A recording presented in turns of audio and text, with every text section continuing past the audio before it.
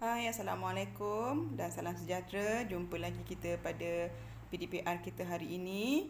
Bersama dengan Cikgu Syah. Jadi Cikgu harap semua telah bersedia dengan buku dan alat tulis. Kita akan mula sebentar lagi. Baiklah. Hari ini kita akan belajar tentang kata nama am dan kata nama khas. Ingat lagi tak?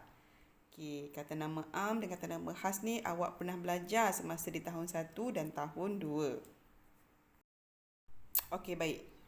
Cikgu akan terangkan kata nama am dan kata nama khas. Kita tengok dulu kata nama am. Kata nama am ialah kata yang digunakan untuk menjelaskan nama secara umum. Contoh benda. Sesuatu benda tu mesti ada nama. Contohnya macam pensel, pemadam, pembaris, buku, semua tu ada nama. Kalau tak ada nama, kita nak sebut apa? Kan?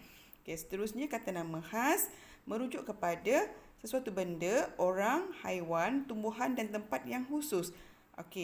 Khusus mesti contohnya macam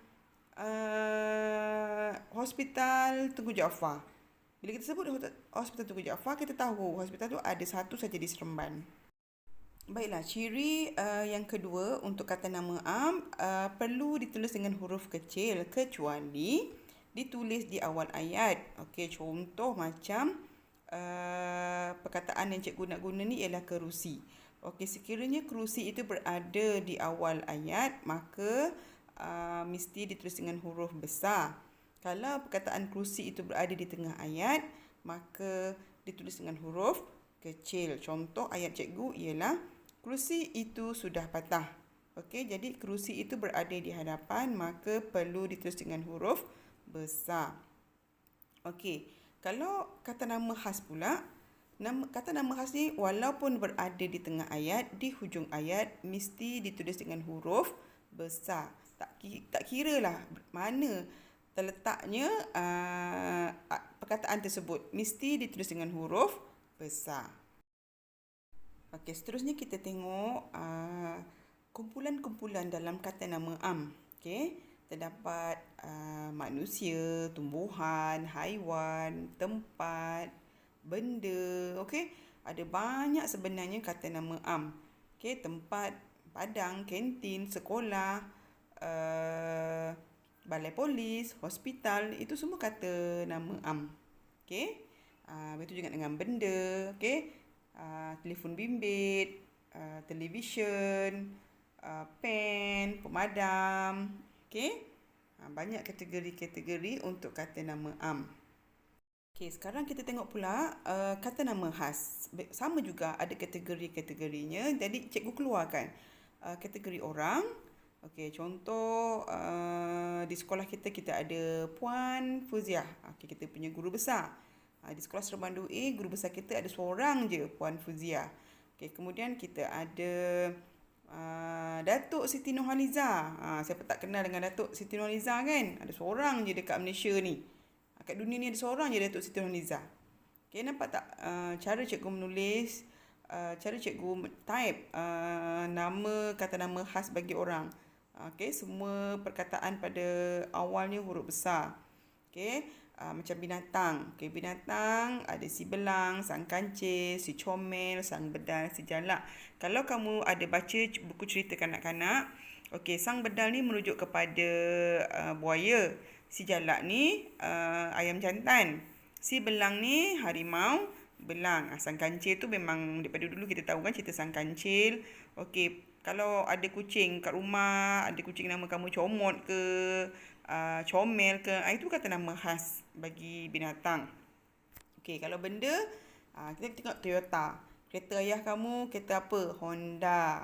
Kalau kereta kata nama am, tapi bila ada nama, kereta Honda Civic, kereta Proton EX70, kereta BMW, itu semua adalah jenama, perlu ditulis dengan huruf besar.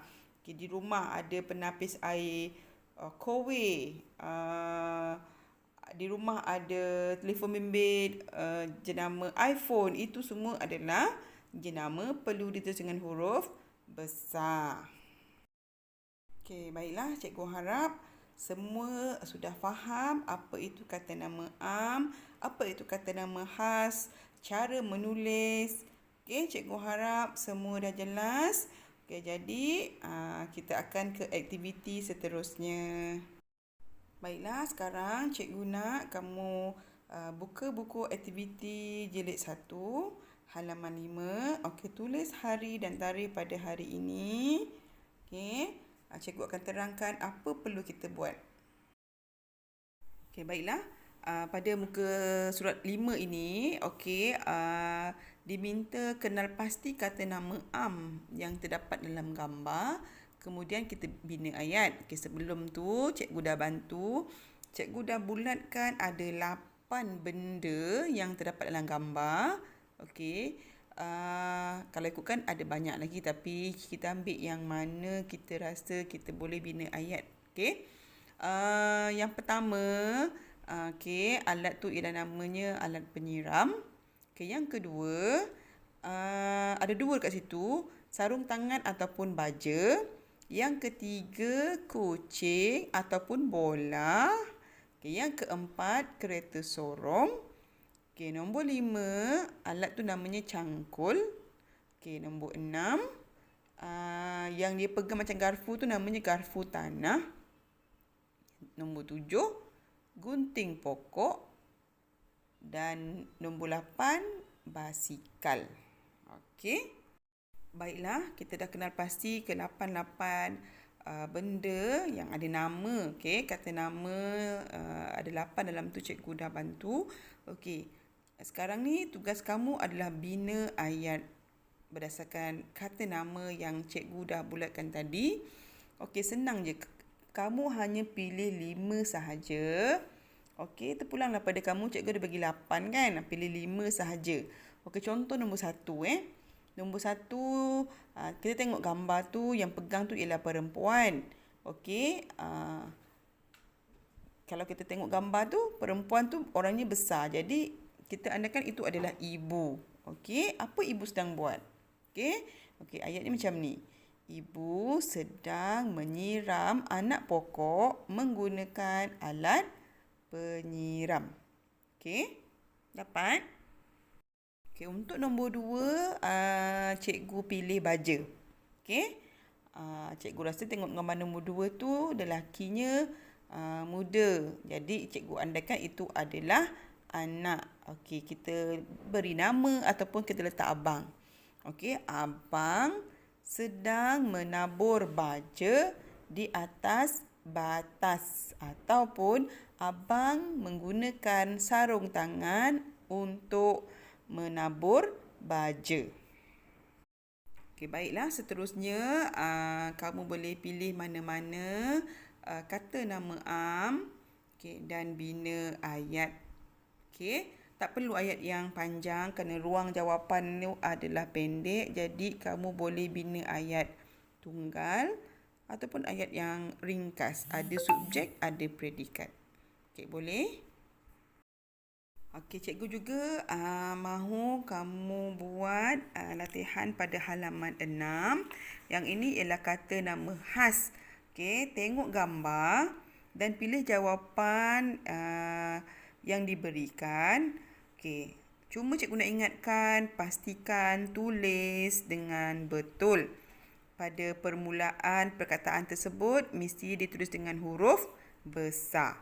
Okey, tulis dengan betul. Okey, cikgu juga ada sediakan satu latihan pengukuhan, okey, dalam bentuk game dalam Google Classroom. Okey, nanti boleh tengok dan jawab. Okey, jadi untuk hari ini itu saja. Okey, assalamualaikum, jumpa lagi.